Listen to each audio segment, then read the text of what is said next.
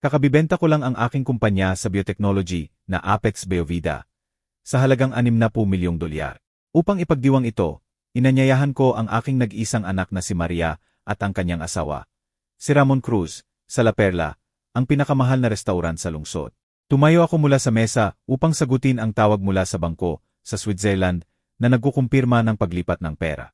Nang humarap ako pabalik sa dining hall, isang batang waiter ang humarang sa akin. Maputla siya, nanginginig. "Ginoong Reyes," bulong niya. "Nakita ko ang anak ninyo." Nang maakay ng kanyang manugang ang atensyon ko, kinuha niya ang maliit na bote mula sa bag at naglagay ng puting pulbos sa aking kopita ng alak. Naramdaman ko ang paglamig ng aking dugo, ngunit nanatili akong kalmado. Bumalik ako sa mesa, nagkunwaring clumsy, sinadya kong matumba ang baso ng tubig at sa kaguluhan ay palitan ko ang aking kopita sa kay Maria. Pagkalipas ng 15 minuto, nanlabo ang kanyang mga mata at bigla siyang bumagsak. Bago ko ikwento ng eksakto kung ano ang nangyari sa restaurant na iyon, mag-iwan ka ng comment kung saan mo ito pinapanood at mag-like at subscribe kung naniniwala kang minsan ang pinakamalapit na tao ang pinakadikilala. Ako si Pedro Reyes, 68 taong gulang at 3 taon ng biyudo. Ang 60 milyon na iyon ay hindi lamang numero. Ito ang bunga ng 40 taon ng aking buhay. Nagsimula sa isang rented garage sa Quezon City na may 2 empleyado at isang pangara. Sa kabila ng tagumpay, hindi ako masyadong nagbago. Nananatili ako sa parehong one-story house na may 3 kwarto na binili ko kasama ang aking asawa na si Clara. At nagmamaneho pa rin ako ng sedan na 7 taon na ang gulang. Si Clara ang matalino, ang may malinaw na pananaw sa mundo na madalas kulang sa akin at ni minsan ay hindi siya nagtiwala kay Ramon. Tinitingnan lang niya ang iyong bank account, Pedro. Babala niya sa akin sa malambot ngunit matigas na boses. Hindi niya nakikita si Maria. Nakikita niya ang safety net. Lagi akong tumatawa. Mahal niya siya, Clara, ambisyoso lang. Gaano ako nagkamali? 3 taon nang patay si Clara at ang kanyang mga salita ay umuugong sa aking isip tuwing nakikita ko si Ramon. Si Maria at siya ay may pamumuhay na hindi ko maintindihan.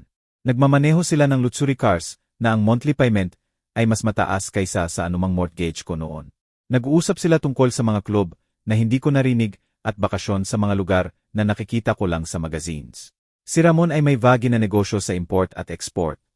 Ngunit ako ay tao ng numbers. Alam kong lumulubog siya sa utang. Nakita ko ang mga sulat na nagkakamali ng padala sa aking bahay. Ang aking anak, si Maria, ay nagbago pagkamatay ni Clara. Naging malayo at defensive.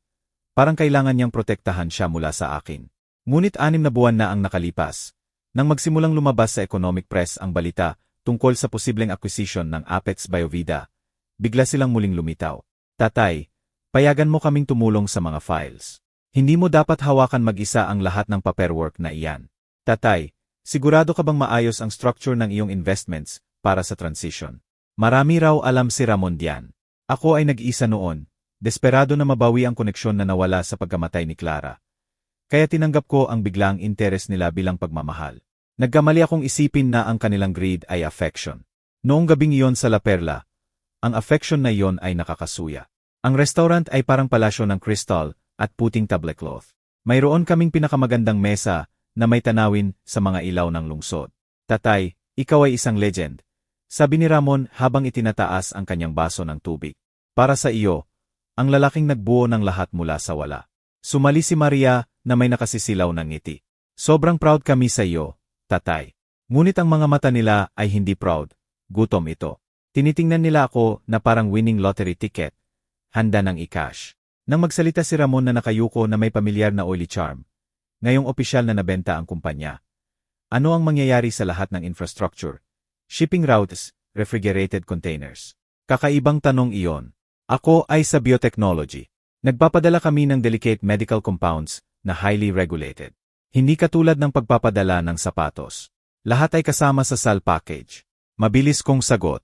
Ang bagong corporation ang makakakuha ng lahat ng assets. Bakit mo tinatanong?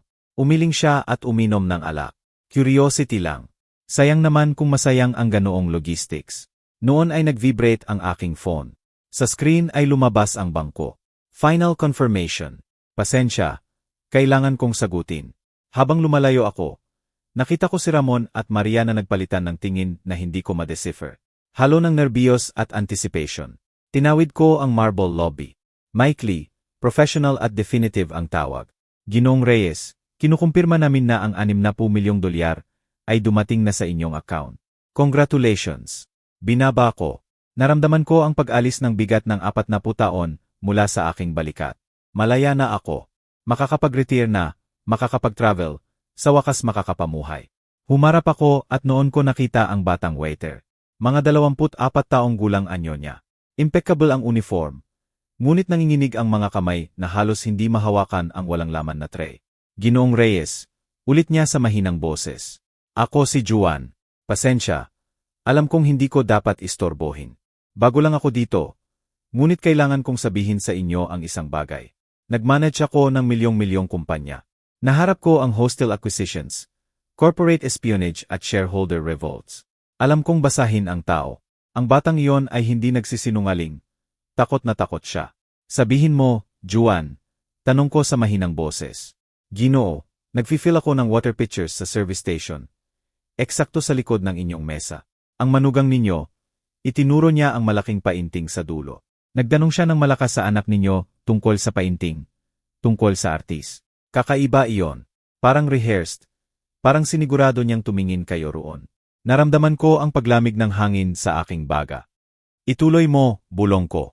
Paglingon ng ulo ninyong dalawa, mabilis na mabilis ang anak ninyo. Ginoo. Kinuha niya ang brown glass vial mula sa bag.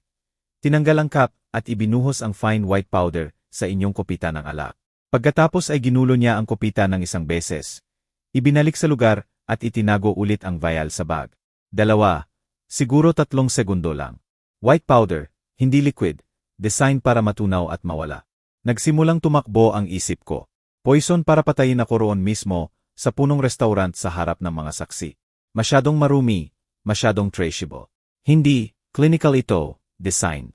Tumingin ako ng diretso sa mga mata ni Juan. Malaki ang mga ito, puno ng takot. Sigurado ka ba talaga sa nakita mo? Nilunok niya ang laway at tumango ng malakas. Ginoo, 100%. Nakita ko ang vial. Itinago niya ito sa napkin pagkatapos. Ngunit nakita kong itinago niya ulit sa bag ng tumayo kayo para sa tawag. Kaya ko kayo hinintay. Ang batang iyon ay inilagay ang buhay ko sa aking mga kamay. Inilusot ko ang kamay sa wallet at kinuha ang bundle ng pera. 500 dolyar. Juan, sabi ko habang inilalagay ang pera sa kanyang kamay. Lumaki ang mga mata niya. Wala kang nakita. Tapusin mo ang shift mo. Uwi ka at hindi mo ito pag-usapan kanino man. Ngunit iniligtas mo ang buhay ko. Kung magkaproblema ka someday o kailangan ng trabaho, tawagan mo itong number. Ibinigay ko ang personal card ko. Ang walang nakasulat na si kahit saan. Ginoo, umalis ka na. Sabi ko ng matigas ang boses. At salamat. Halos tumakbo siyang umalis. Nag-iisa ako sa lobby ng 0 segundo. Ang galit ay physical, mainit na bakal sa tiyan. Ang sarili kong anak, si Maria, ang aking baby girl. Ngunit hindi ang galit ang namumuno. Ang namumuno ay ang si. Inayos ko ang jacket, nagkompose ng slight distracted expression sa mukha. Huminga ng malalim at bumalik sa mesa. Umupo ako. Ang amoy ng truffle at mahal na karne ay nakakabalik ng tiyan ko. Okay lang ba lahat, tatay? Tanong ni Maria na may ngiti na halos cruel. Ngiti ng predator na akala ay perfect ang trap. Trabaho lang, sabi ko na may vague gesture. Ang mga lawyer ay naghahanap ng loose ends sa sal. Kinuha ko ang aking kopita ng alak. Ang kanya na ngayon, bagaman hindi niya alam. Itinaas ko at ibinaba ulit sa mesa. Hindi pa. Kailangan kong maging sigurado. Bigla kong naalala ang comment niya noong nakaraang linggo. Tatay, lately ang forgetful mo talaga. Nakalimutan mo ang dinner reservation natin noong Martes. Hindi ko ito nakalimutan. Sila ang nag-cancel at sinabi kong nagkamali ako ng araw. Naalala ko rin ang sinabi ni Ramon, 2 araw lang ang nakalipas. Pedro, parang confused ka. Sigurado ka bang kaya mo pang hawakan ang lahat ng perang iyan mag-isa? Lahat ay nag-connect. Hindi poison, incapacitation ito. Ang powder na iyon ay hindi para patayin ako, kundi i-imitate ang stroke, magdulot ng sudden at terrifying confusion. Gawin akong para matandang biglang nabali pagkatapos masikir ang 60 milyon. Gusto nilang ideklara akong incompetent. Kailangan kong palitan ito. Si Ramon ay nagkukwento ng mahaba tungkol sa import operation ng textiles mula sa Turkey. Si Maria ay nakatingin sa kanya na parang devoted wife sa ad. Sobrang busi sila sa pag-acting para sa akin na hindi talaga nila ako tinitingnan. Hinintay ko ang moment ko. Isang waiter, hindi si Juan, iba, lumapit para punan ang water glasses namin. Iyon ang opportunity ko. Nang iabot niya ang kamay sa kopita ni Ramon, sinadya kong igalaw ang braso at natamaan ang kanyang baso ng tubig. "Ay, Diyos ko!" sigaw ko. "Pedro, please sabi ni Ramon na tumalon pabalik habang binabaha ng malamig na tubig ang puting mantel at nahulog sa kanyang pantalon na libo-libo. Sa loob ng 5 segundo ay chaos. Sumigaw si Maria. "Tatay!" Murmura si Ramon ng kurse habang pinupunasan ng napkin. Lumapit ang waiter na may maraming napkin. Humihingi ng paumanhin ng paulit-ulit. Sa 5 segundong iyon ay gumalaw ang mga kamay ko. Simple at fluid na gesture na mentally rehearsed ko na ng maraming beses mula lobby. Gamit ang kanan ay inilayo ko ang contaminated cup ko. Gamit ang kaliwa ang clean ni Maria. Inilayo ko sila mula sa natapong tubig. Nang ibalik ko ay napalitan na. "Sorry talaga, Ramon," sabi ko habang pinupunasan ang mantel gamit ang sarili kong napkin. Medyo pagod lang siguro ako. Tumataas na ang edad ko.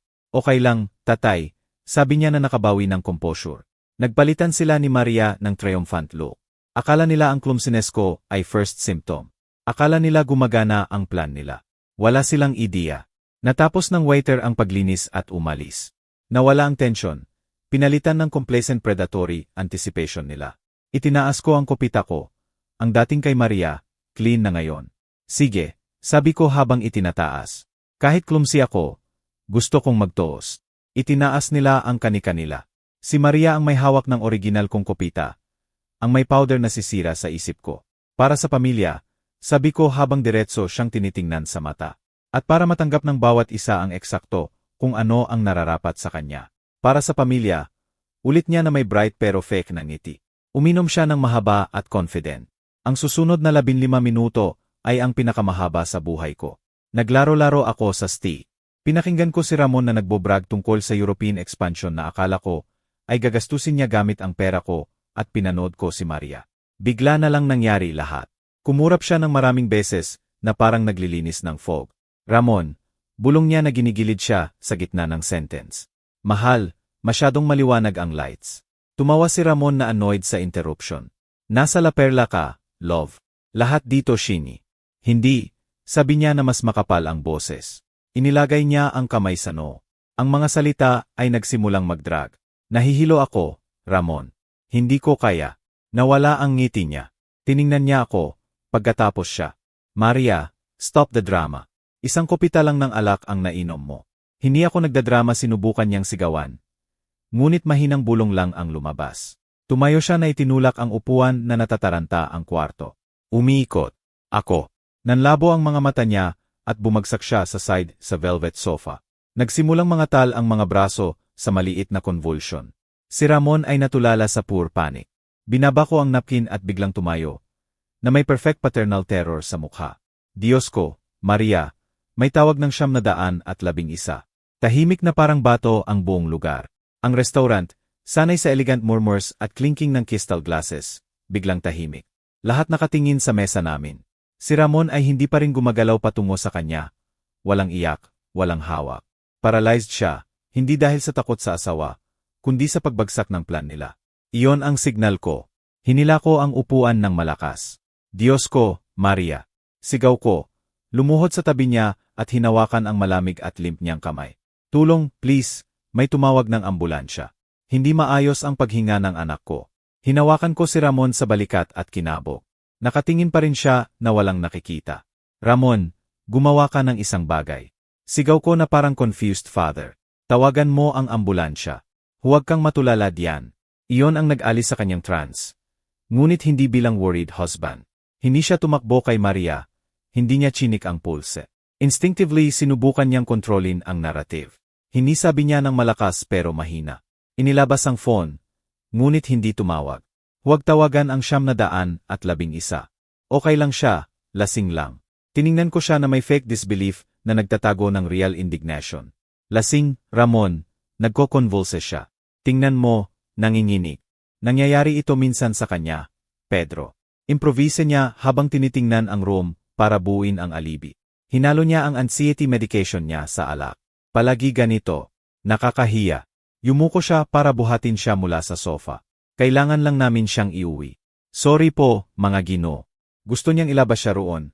Malayo sa paramedics, neutral tests, hospital na may toxicology. Kailangan niyang dalhin sa kanyang corrupt doctor, si Yarios, para ma-redirect ang plan. Nakita ko si Juan sa dulo na pinanonood ang scene na maputla ang mukha. Alam niya eksakto kung ano ang nangyayari. Humarap si Ramon sa manager. Napuno ng fake shame ang boses. Sobrang sorry po. Alis na kami agad. Bigyan niyo lang kami ng minuto para dalhin siya sa kotse. Desperado siyang iwasan ang external intervention. Pinipilit niya ang Lee para iligtas ang plan. Siya ay nasa shock. Sigaw ko sa manager na itinuro si Ramon. Hindi niya alam ang sinasabi niya. Hindi siya lasing. Halos hindi niya hinawakan ang alak. Kailangan niya ng doktor. Eksakto nang bubuharin niya ang walang malay na katawan ni Maria. Si Juan ay lumapit na may phone sa tainga. Lete na po, sir, sabi niya, na may malinaw at firm na boses na umalingaw-ngaw sa tahimik na sala. Tinawagan ko na ang 911. Sabi nila, huwag nating galawin siya, kahit kailan. Biglang humarap ang ulo ni Ramon sa kanya. Sa mga mata niya ay hindi na panik, kundi murderous hat. Ano ang ginawa mo? Sigaw niya. Putanginang bata. Sabi ko okay lang siya. Fired ka na. Wala kang alam sa ginawa mo. Ang manager, matangkad na lalaki na may ekspresyon na hindi sapat ang sweldo ko para dito, humarang. Mr. Cruz, tama ang ginawa ng waiter. Legal obligation ng restaurant na humingi ng medical assistance kung may customer na bumagsak. Please, umatras po. Nawala ang charming son-in-law mask ni Ramon. May animal-trapped look siya. Tinitingnan niya ako na may heaving chest at nakita ko kung paano sa wakas nag-connect ang pieces sa isip niya. Ang natapong tubig, napalitan na kopita, sudden clumsiness ko. Alam niya, hindi niya alam paano, ngunit alam niyang binabaliktad ko ang plan nila. Ang tunog ng sirens ay humihiwa sa gabi na lalong lumalapit. Sa akin ito ay terrible pero beautiful symphony. Tunog ng plan ko na gumagana, tunog ng justice. Mabilis na pumasok ang paramedics na may dala na stretcher. Mabilis at efficient sila, ignoring ang attempts ni Ramon na makialam. Sir, kailangan niyong umatras. Ma'am, naririnig niyo ba ako? Ano ang nainom niya? Tanong ng isa habang siniilawan ang mata. Hindi ko alam. Sigaw ni Ramon na sinusubukang kunin ulit ang kontrol. Medication niya yan. Anxiety mix. Anong medication, sir? Kailangan namin ng NAM. Natulala siya. Siyempre hindi niya masabi nang hindi mag-incriminate. Hindi ko matandaan ang NAM. Para sa anxiety. Nasa bag niya. Inahon nila si Maria sa stretcher. Unconscious siya na livid ang mukha. Sa isang segundo ay naramdaman ko ang pity. Anak ko pa rin siya. Ngunit nagdesisyon na siya nang tinanggal niya ang cup ng vial na iyon. Tinitingnan ng buong restaurant. Sinundan ko ang stretcher hanggang ambulansya na nakayuko na parang broken at confused father. Babi ko, Diyos ko, gagaling siya, umiyak ako. Sa sidewalk, sa ilalim ng red at blue lights, hinawakan ni Ramon ang braso ko. Parang steel vice ang kamay niya. Hinila niya ako sa side, malayo sa tainga ng paramedics. Tinakpan kami ng katawan niya. Wala na ang trace ng panic sa boses niya. Poisonous whisper ito. Boses ng lalaking binabalaan ako ni Clara sa loob ng maraming taon. Ano ang ginawa mo? Sigaw niya sa mukha ko na ilang inches lang ang layo. Amoy mahal na alak at galit. Pinuno ko ng luha ang mata ko. Pinanginginig ang katawan. Tiningnan ko siya na parang broken old man. Ako, bulong ko, anak, ano ang nainom niya? Ang yar ng Hospital San Pedro ay controlled chaos. Masyadong bright ang lights. Amoy disinfectant at burnt coffee. Amoy ng routine at panic na halo. Ang nurses ay efficient shadows. Short at calm ang voices. Inilagay si Maria sa cubicle 3 at halos matapilok si Ramon sa sariling sapatos para sundan sila na sumisigaw. Allergic siya sa seafood. Sigurado ang scallops. Bad seafood siguro. Nagtatanim na siya ng Lee. Nanatili ako sa likod na parang disoriented old father. Magkahawak ang kamay. Pumasok ang young doctor, mga 30 anyo, na nagbubukas ng curtains. May eyebags ng resident pero clear at awake ang tingin. Hindi ito si Yar Rios. Complication ito. Mr. Cruz, ako si Yar Santos. Kailangan kong malaman eksakto kung ano ang nainom ng asawa ninyo. Pinanghawakan ni Ramon ang script niya. Allergy, seafood. Terribly allergic. Bigyan niyo ng epinephrine shot at okay na siya. Ignored siya ng doktor. Sinilawan ang mata ni Maria. Binuhat ang braso at binaba. Wala. Pinch ang skin sa kamay. Walang reaction. Hindi ito anaphylaxis. Sabi niya na flat ang boses. Clear ang airways. Walang swelling o rash. Pinpoint pupils. This is severe overdose. Kailangan ng full toxicology. Ang panik ni Ramon ay hindi na acting. Humarap siya sa doktor. Hindi ako ang asawa niya. I oppose those tests. Allergy yan. Tinatamaan niyo ang oras. Naging hysterical ang boses. Nagangat ng tingin ang nurse na alert. Gumaganap siya bilang guilty man na sinusubukang iwasan na matukoy ang poison na siya rin ang naglagay. Sir, sabi ng doktor nang hindi mataas ang tone. Ang asawa ninyo ay may severe neurological symptoms, convulsions at respiratory depression. Kung patuloy niyong hinaharang ang diagnosis, ipapatawag ko ang security para alisin kayo sa cubicle na ito. Naintindihan ba? Namula si Ramon. Parang susuntok sa doktor. Humingi ng tulong ang tingin at itinutok sa akin. Tatay, sabihin mo sa kanya. Sabihin mo na okay lang siya. Allergy lang. Moment ko na iyon. Lumapit ako na nanginginig ang boses na rehearsed ko sa ambulansya.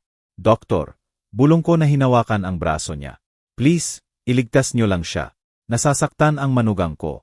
Hindi niya alam ang sinasabi niya. Gawin niyo kung ano ang kailangan. Please, iligtas niyo ang baby ko. Tiningnan ako ng doktor na may compassion.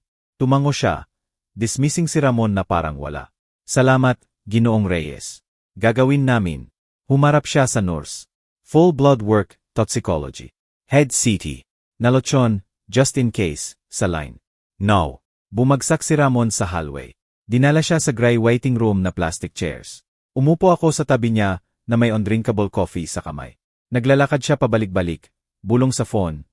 Paulit-ulit ang pangalan na Rios. Sinusubukan niyang dumating ang true doctor niya. Intercept ang results, control ang story. Pero late na. Running na ang machine. Sa wakas nakapag-isip ako. Tama si Clara. Bank account mo lang tinitingnan niya, Pedro. Walang binubuo. Kinukuha lang ang sa iba. Malinaw ko nang nakita. Naisip ko si Maria, ang aking smart at bright na baby girl. Paano niya pinayagan na korom siya nito, hanggang maging capable na maglagay ng drug sa kopita ng sariling tatay? Simple ang sagot. Pera. Ang 60 milyon. Ngunit masyadong specific ang plan. Ang drug, symptoms, lahat ay nakaturo sa design para i-imitate sudden dementia. Naalala ko ang emails noong nakaraang linggo. Sa laptop ni Maria ay may subject na nakapansin ako. Plan Reyes. Akala ko surprise para sa retirement ko. Ngumiti ako at isinara ang window. Plan. Contingency. Gaano ako naive. Isang oras pagkatapos, bumalik si Yar Santos. Serious ang expression. Hindi siya tumingin kay Ramon, sa akin. Ginong Reyes, sorry po pero bad news. Ang toxicology ay almost lethal dose ng olanzapine. Si Ramon, nakausap ng lawyer sa phone, natulala. Olan, ano? Never heard. Olanzapine, clarify ng Dr. Nadre. Potent antipsychotic. Ginagamit para sa schizophrenia o severe bipolar. Hindi anxiety medication. Hindi ihahalo sa alak. Sa dose na ito obligated akong i-report sa pulis. Mukhang suicide attempt o worse.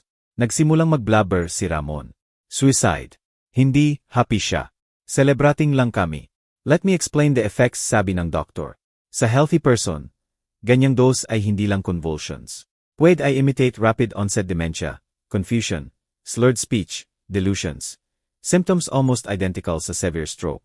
At iyon ang last piece ng disgusting puzzle. Hindi ordinary drug, perfect drug ito. Hindi lang sasakit ako, magmumukha akong baliw. Hindi nila ako gustong saktan, gusto nilang burahin ako. Legal na walang isip, walang signature, walang voice, ikulong sa nursing home habang sila ang mag-administer ng pera ko. Gagaling ba siya? Tanong ni Ramon na sinusubukang bawiin ang worried husband role. Binubakante namin ang stomach niya at binibigyan ng antidotes. Sagot ng doktor, magiging masama siya ilang araw at BY protocol, 72 hours psychiatric observation. Pero yes, physically dapat makarecover. Tiningnan ako ng doktor na may sadness. Sorry po talaga, Ginoong Reyes. Bibigyan namin kayo ng time alone. Nang umalis siya, heavy na parang lead ang silence. Alam ni Ramon na alam ko, at alam ko na mula ngayon war ito. Ang composure niya ay chep suite na nagkakagisi. Bumagsak siya sa isa sa chairs, ngunit hindi mapakali. Vibrating na parang caged animal. Lumubog ako sa isa pang chair. Inililibing ang mukha sa kamay, pretending sobs. Tatay, sabi niya pagkatapos na sharp ang boses. Okay ka lang ba? Itinaas ko ang ulo para makita niya ang luha. Hindi ko maintindihan, Ramon, antipsychotics. May schizophrenia ang anak ko. Tinago niyo sa akin. Inalo ko ang perfect alibi. Mabilis niyang kinuha. Ayaw ko sanang sabihin ng ganito. Tatay, bulong niya na fake compassionate. Matagal na kaming struggling dito. Ginagamot siya ng specialist. Si Yarios siguro nagkamali ng pills o dose. At ang pulis, tanong ko na parang mas takot sa skandal kaysa truth. Bakit pulis, Ramon? Overreacting lang. Bigla siyang nag-irritate. Resident lang yan. Dinadrama niya lahat. Kausap ko na si Yarios. Paparating na. Ayusin niya. Anak. Bulong ko. Tawagan mo siya. Kailangan ko ng hangin. Parang susuka ako. Tumayo ako na nakayuko at lumabas na natataranta sa double doors. Hindi ako pumunta sa CR o labas. Nagtago ako sa corner malapit sa vending machines. Sapat na malapit para makarinig. Lumabas si Ramon pagkatapos ng minuto na may phone na sa tainga. Naglalakad pabalik-balik sa hallway. Bulong na may poison sa boses. Rios, ako ito. Disaster ang plan. Siya ang uminom. Si Maria ang uminom. Tahimik siya listening. Kinakalmot ang buhok gamit ang free hand. Hindi ko alam paano ang matanda gumawa siya ng isang bagay. Whatever. Nandito siya pretending confused. Poor broken old man. Pero Rios, okay siya. Hindi siya ang uminom ng drug. Another pause. More panting. Stable siya. Pero ginawa na ang toxicology. Alam nila ang olanzapine. Nag-usat ng psychiatry, police reports. Lumulubog ito. Ano ang gagawin natin? Ang hearing ay sa 8, 5 oras na lang. Paano natin makukuha ang guardianship kung okay siya at siya ang mukhang baliw? 8 Second part ng plan. Hindi, pakinggan mo ako, sigaw niya. Kasama ka rito gaya ko. Hindi ko problema ang gambling debts mo. Binayaran kita para hawakan ang medical part. Pumunta ka rito sa hospital ngayon. Sabihin mo na incompetent si Cardenas. Sabihin mo na ikaw ang reference doctor niya. Unstable siya. Attempted suicide before. Stealing medication. Bahala ka kung ano ang imbento mo. Pero ayusin mo. At mas mabuti pa ready ka para mag-testify sa 8. Binaba niya na parang tumakbo ng marathon ang paghinga. Nang humarap siya, unang beses niya akong nakita roon standing. Namutla siya. Tatay, ako lang hindi ko siya pinatapos. Inilagay ko ang kamay sa dibdib. Narinig ko ang sigaw mo. Ano ito? Sino si Rios? Ano ang ibig sabihin ng ayusin ito? Tumakbo ang isip niya fabricating lease. Hinawakan niya ako sa balikat na paternal at ginabayan pabalik sa waiting room. Nagkamali ka ng intindi. Sabi niya na sweet pero forced ang boses. Si Yarios ang psychiatrist ni Maria. Galit ako. Sorry sa narinig mo. Iniwan niya siya sa ganitong point nang hindi kami binabalaan. Unstable, bulong ko. Suicidal. Akala mo intentional. Akala niya, mabilis niyang sagot. Pressure daw ng cell mo, ng lahat ng pera, overwhelmed siya. Kasalanan ko. Baka masyado ko siyang kinumpara sa iyo. Nagawa niyang i-blame ang pera at i-present ang sarili bilang worried husband. Kailangan kong umuwi, anak, bulong ko. Sobrang heavy. Ang puso ko, hindi ko kaya. Ikaw na lang ang manatili. Nakita ko ang relief sa mukha niya. Lasting na gusto niya ay may tanong ako roon. Sige, tatay, sabi niya, halos itinulak ako palabas. Magpahinga ka, mukha kang pagod. Ako na ang bahala kay Yarios. Tatawagan kita pag may balita. Lumabas ako ng hospital na natataranta pa rin. Still acting weak old man. Sarado ang automatic doors sa likod ko, at pag naramdaman ko ang cold down air, itinuwid ko ang likod. Nawala ang tremor. Naging hard at cold ang grief. 3 na. Sumakay ako ng taxi. Dalhin niyo ako sa call sa OS 47. Sabi ko muna, ang bahay ni na Maria at Ramon. Nakatira sila sa bagong mansyon na hindi pa nababayaran ng 60 milyon ko. Alam ko kung saan nila itinago ang spare key. Sa ilalim ng pot na may dead halaman malapit sa back door. Akala ni Ramon clever siya. Akala ko lazy lang. Pumasok ako ng walang lights, mabilis ang heartbeat. Hindi dahil takot, kundi adrenaline. Diretso ako sa office. Binuksan ang laptop ni Maria. Walang password. Another sag ng arrogance nila. Never nila naisip na threat ako. Binuksan ko ang email. Hindi ko kailangang maghanap ng matagal. Tinip ko si Rios sa search. Lumabas ang buong chain ng messages ni na Maria, Ramon at Yar A. Rios. Subject, Plan Reyes. Binasa ko. Bawat salita ay parang punyal. Mula kay Ramon kay Yar Rios. Subject, Plan Reyes. Si Rios ay nagiging problem. Nagtatanong siya tungkol sa shipments. Disaster sa amin ang cell ng company. Kailangang i-advance ang timeline. Reply ni Rios. High risk. Para sa forced psychiatric intervention kailangan ng triggering event. Hindi sapat sabihing confused lang. Kailangang maging confused talaga. I-prescribe ko ang olanzapine sa fake name. Recommended dose ay mag-induce ng acute psychosis at stroke-like symptoms sa 20 minutes. Email ni Maria. Gagawin ko sa celebration dinner. Distracted siya. Trust me. Pag nasa hospital na, ikaw na ang bahala. Rios. I-certify mo. Si Ramon mag-file ng petition first thing in the morning. Kailangan kontrolin natin ang assets bago mag-start ang federal audit. Tama ang audit. Hindi lang pera, kundi kung ano ang maaring ma-expose. Last email ay mula sa law firm sa ni Ramon at Maria. Subject attached. Urgent guardianship petition. Pedro Reyes. Binuksan ko ang IE. Naroon ang buong buhay ko reduced sa legal paragraphs. Ang petitioner Ramon Cruz ay humihingi ng urgent guardianship sa kanyang biyenan na si Pedro Reyes dahil sa rapid progression senile dementia, paranoia, confusion at poor financial management. Supported by expert testimony ng kanyang primary physician, Yar Alberto Rios. Fixed ang hearing sa Disyembre 13 sa 8 sa Sala 3B. Ngayon, sa less than 5 hours plan nilang idroga ko. Corrupt doctor ang magdedeklara na incapable ako at judge ang magbibigay sa kanila ng kontrol ng 60 milyon ko. BY Sham am dapat protected old man na ako at sila ang owners ng lahat. Tiningnan ko ang wall clock. 3:55 na. Isinara ko ang laptop.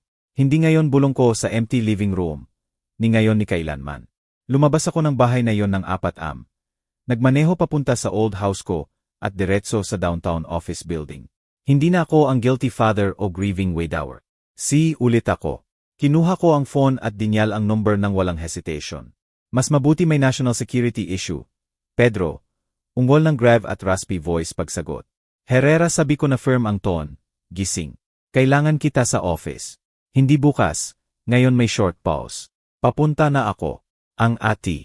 Hector Herrera ay hindi nagtatanong ng useless questions. Hindi family lawyer. Hindi wills o divorce. Shark siya. He structured ang cell ng Apex Biovida.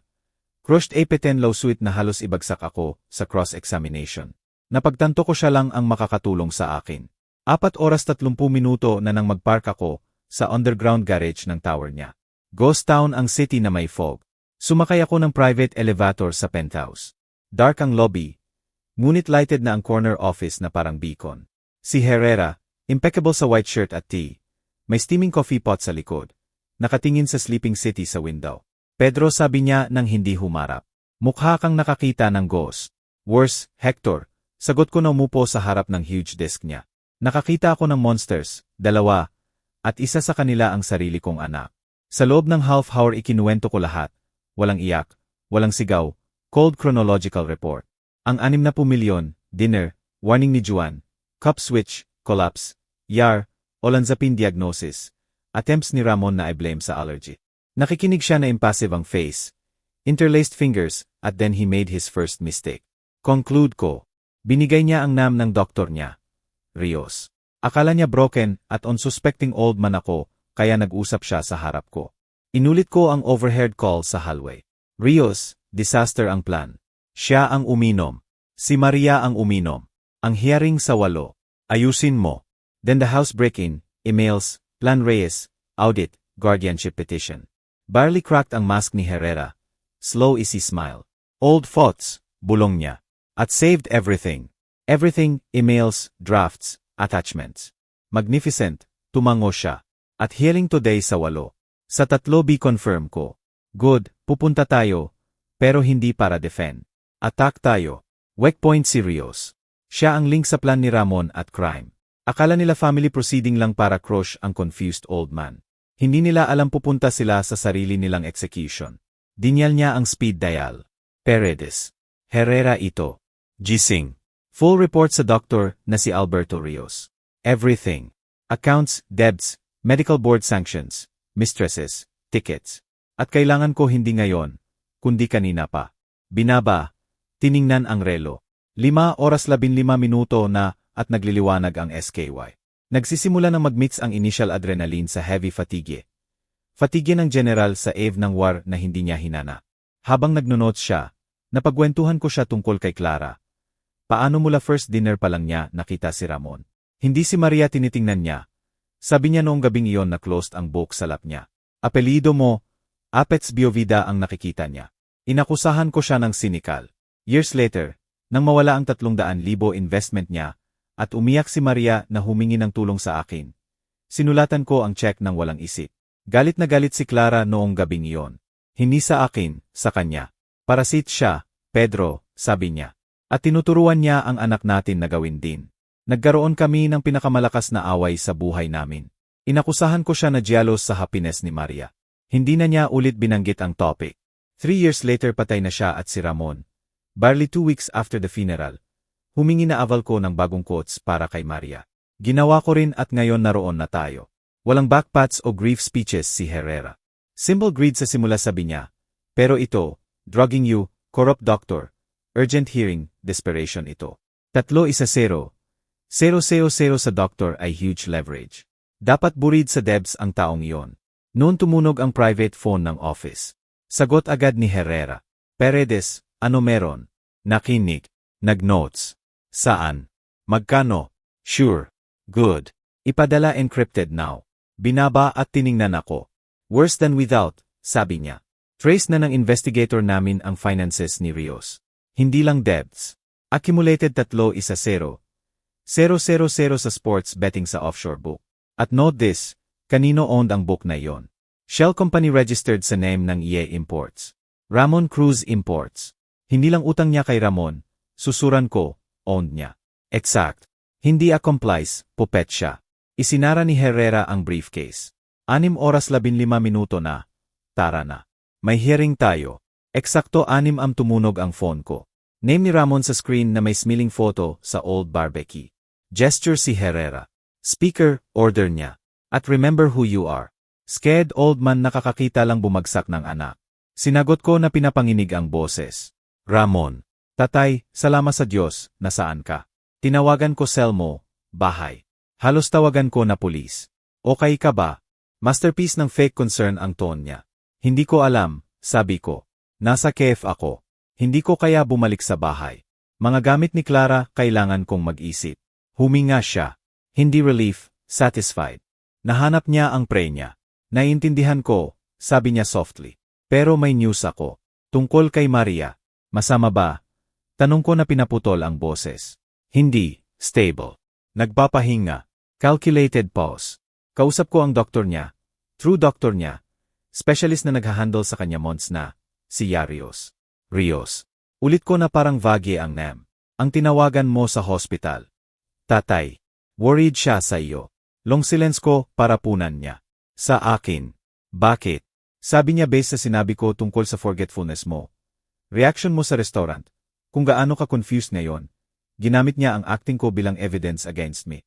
Sabi niya genetic ang neurological diseases. Possible warning ang kay Maria sa mangyayari sa iyo. Brilliant sa evil. Gusto niyang i-connect ang collapse ni Maria sa supposed dementia ko. Using ang bribe doctor bilang bridge. Hindi ko maintindihan, bulong ko.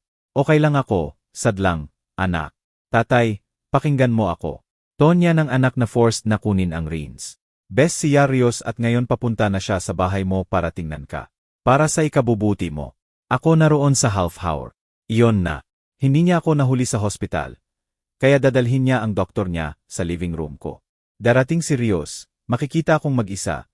Nervous after horrible night at magra-draft ng report para basahin sa judge sa 8. Hindi. Sigaw ko na itinaas ang tone hanggang hysteria. Ayaw ko ng doctors. Hindi ako may sakit, Ramon. Pagod lang ako. Bakit mo ginagawa ito? Binigay ko eksakto ang symptoms na kailangan niya. Erratic behavior, paranoia, treatment refusal. Narinig ko siyang ngumiti sa kabilang line. Tatay, naririnig mo ba sarili mo? Sumisigaw ka. Walang sense. Eksakto ang sinabi ng doktor. Please, umuwi ka lang. Hayaan mong tingnan ka niya. Gawin mo para kay Maria. Malakas at choked sob ko. Sage. Kailangan ko ng tulong. Uwi ako. Binaba. Tahimik ulit ang office ni Herrera. Hindi siya gumalaw na may din smile sa lips. Good liar sabi ko na firm ulit ang real voice ko. Desperate liar correction ni Herrera na isinara ang briefcase. Confirmed lang niya ang plan niya. Ipinapadala ang star witness niya sa bahay mo para fabricate evidence sa hearing na akala niya hindi mo alam. Tiningnan ang relo. 6 oras 45 minuto na. Akala niya cornered ka niya sa living room mo. Binuksan niya ang pinto. We will go to court sa 3B at maaga tayong darating. Amoy overbrewed coffee at Old Watts ang Hall of Justice. Hindi ito ang world ko ng boardrooms at international contracts. World ito ng family disputes at small betrayals. Nakakadiri sa akin. Si Herrera at ako ay nanatili sa dulo ng hallway na nakatingin sa pinto ng salat at lobby. Maaga kaming dumating, ngunit mas maaga pa sila. Sa reinforced glass ng pinto nakita ko sila. Si Ramon, sa best gray suit niya, binili ko, baggy-eyed, sweaty, passing. Sa tabi niya yung lawyer na masyadong shiny ang suit at too much gel. Parang galing late night ad. Sa stiff wooden bench si Rios. Hindi gumagalaw na pinipisil ang knuckles hanggang maputi.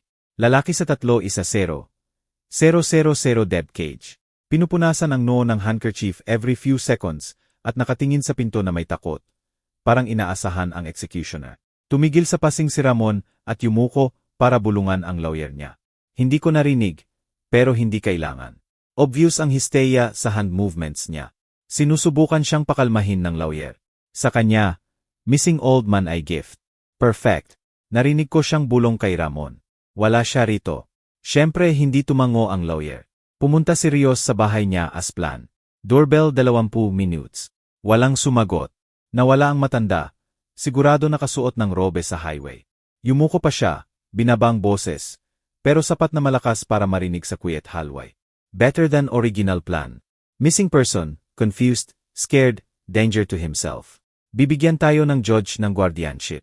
Makukuha natin ang tutela bago magnegatibo siyam. Naramdaman ko ang heavy hand ni Herrera sa balikat ko. Not yet, Pedro, bulong niya. Let them dig their own grave.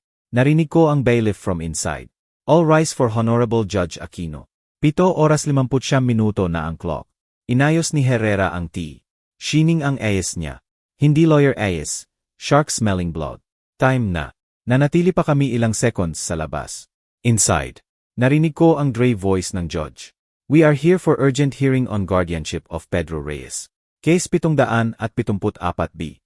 Present ba ang petitioner Ramon Cruz? Narinig ko ang chair scrape. Voice ng lawyer. Opo, Your Honor. Ati. Miguel Jimenez, representing the petitioner who is present, started his devoted defender act. Your Honor, we come today under most tragic circumstances. My client and his wife Maya, daughter of M.R. Reyes, have been dealing for months with rapid and catastrophic mental deterioration of M.R. Reyes. They tried to handle privately, but last night terrible incident occurred. Grave accusation ito. Interrupt ng judge. M.R. Reyes, in episode of paranoia and confusion assaulted his own daughter in a restaurant. Continued the lawyer. Caused scandal and then fled. He is missing. I could imagine the judge nodding gravely. Resigned. He had seen similar stories. My client and family physician Yar Alberto Rios, present today, went this morning to M.R. Reyes' residence to check his welfare, added Jimenez. Found the house empty. M.R. Reyes has disappeared with access to $60 million, without capacity to manage. He is danger to himself. We respectfully request urgent guardianship to protect him and preserve his estate. Dense silence followed. The judge cleared throat. Given the estate and disappearance, Herrera pushed the door open without knocking. The bang echoed in the sala cutting the judge's sentence. Pasensya sa late namin, Your Honor. Thunder ang voice niya filling the room. Mukhang slightly wrong ang binigay na oras sa hearing na ito. Pumasok kami. Ako muna na may Herrera sa tabi. Hindi ako unkempt old man. Suot ko ang best Italian tailored suit ko. Binili para sa signing ng sale. Shiny shoes, combed hair, firm gaze. Diretso akong tumingin kay Ramon.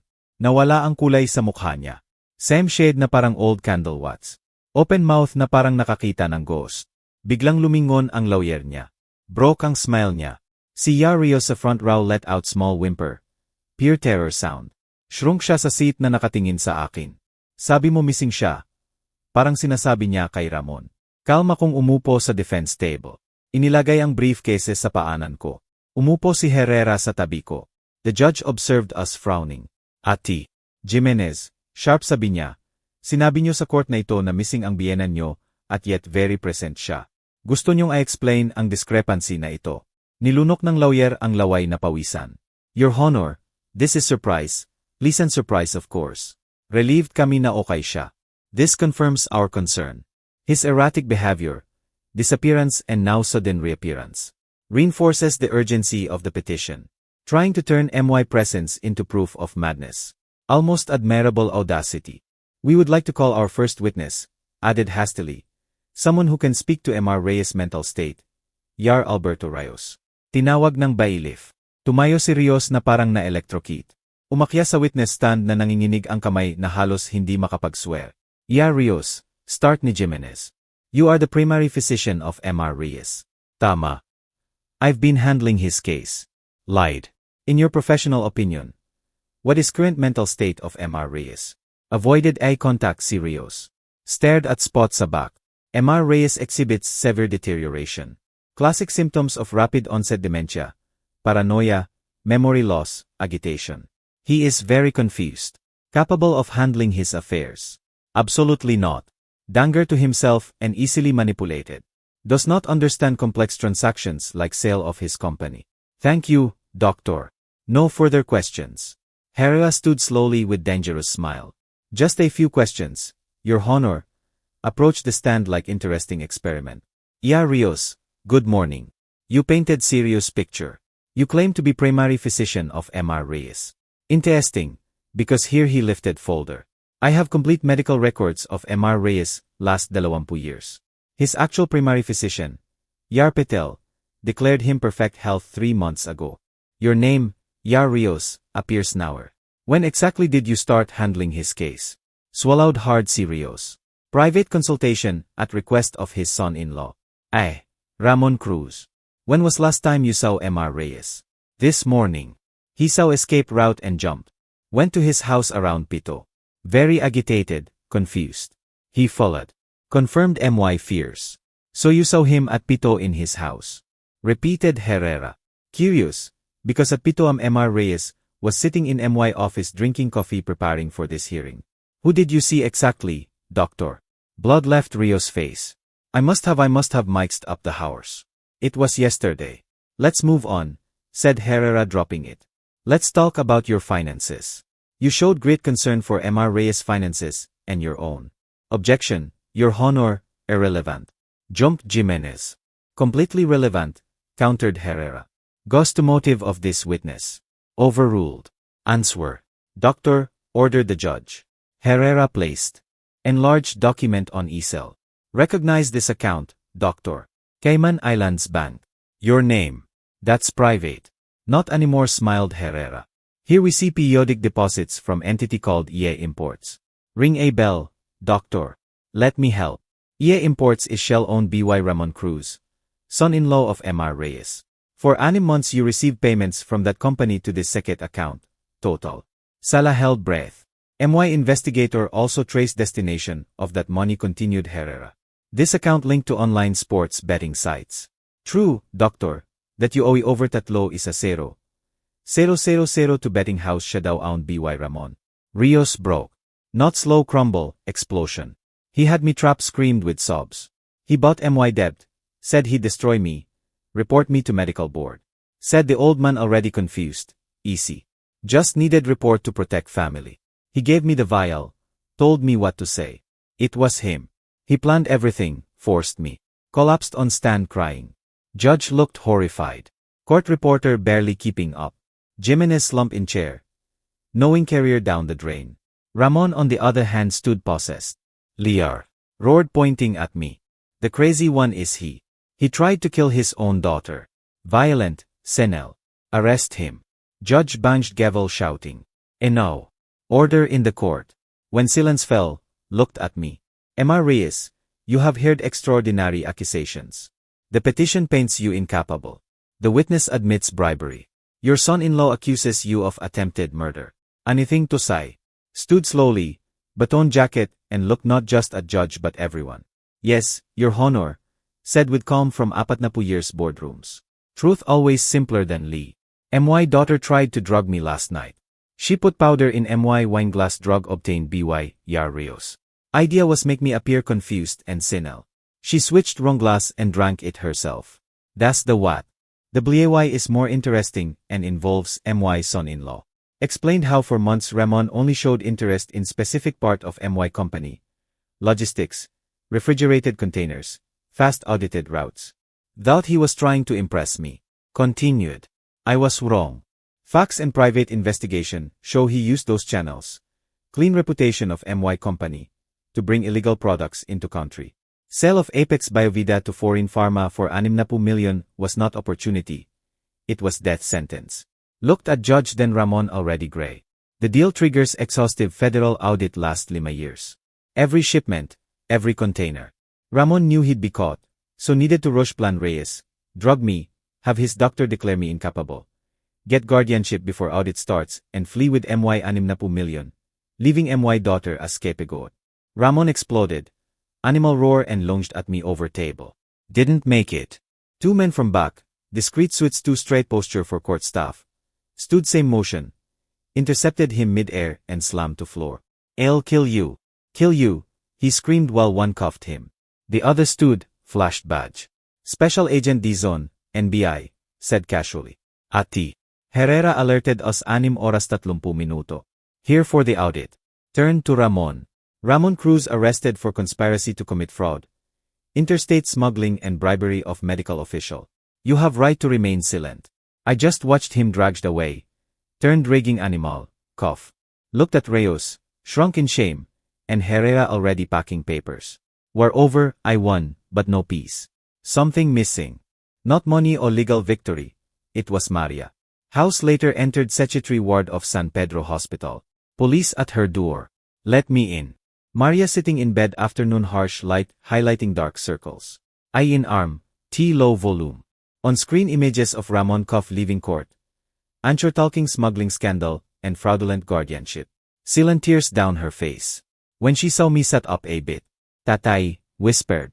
I woke up and saw that. What did they do to Ramon? Still lying. Even then first instinct victim. Didn't raise voice. Approached window looked at city. They arrested him, Maria. Said without drama. Smuggling, fraud. I knew nothing, sobbed. I swear. Doubt. Turned looked at her properly. Saw resemblance to mother, and something harder I never wanted admit. You knew enough. Calm answer. Maybe not smuggling. I'll grant that. But you knew you were drugging me. Knew this morning going to hearing to declare me incompetent. Knew your husband bribing doctor. Knew helping him steal MY 60 million. That you knew. Sob stopped, looked wrecked. He convinced me, murmured. Said you losing mind. Could ruin everything. Only way protect you. And you believed him over me. Ask the man never held job over father who gave you everything. No answer. Collapsed crying no masks. Let her CRY. I saved estate and legal sanity. But lost daughter long ago. Only then accepted. He's going away, said after while. And woman who tried drug me too. Don't know who you are now. But not MY baby girl. Maya looked up terrified. More for what coming than jail. I'll go to prison whispered Ramon. Rios, conspiracy. Lose everything. You won't go to prison, answered. Sat beside bed. No longer guilty father. But architect of 60 million deal. I'll use MY money fix this. All. Hire best lawyers in country. They'll say you victim of coercion. Manipulated BY abusive husband. Suffered temporary break. Keep you out of prison. So spark hope in AS. Tatay, thank you. But word cut air. Money now in trust. MY trust. I sole trustee. You won't see a peso. No card no car. Lawyers and doctors I'll pay directly. You inherit nothing until you become different person. And only I decide when. Until then you have nothing.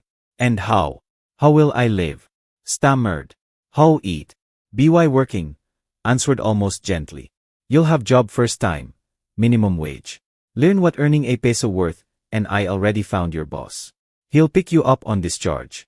Who? No need answer. 6 months later I was in same old house. Afternoon sun through windows lighting dust in air. I reading in Clara's armchair. Finally peace, doorbell rang. Opened. It was Juan, former waiter from La Perla.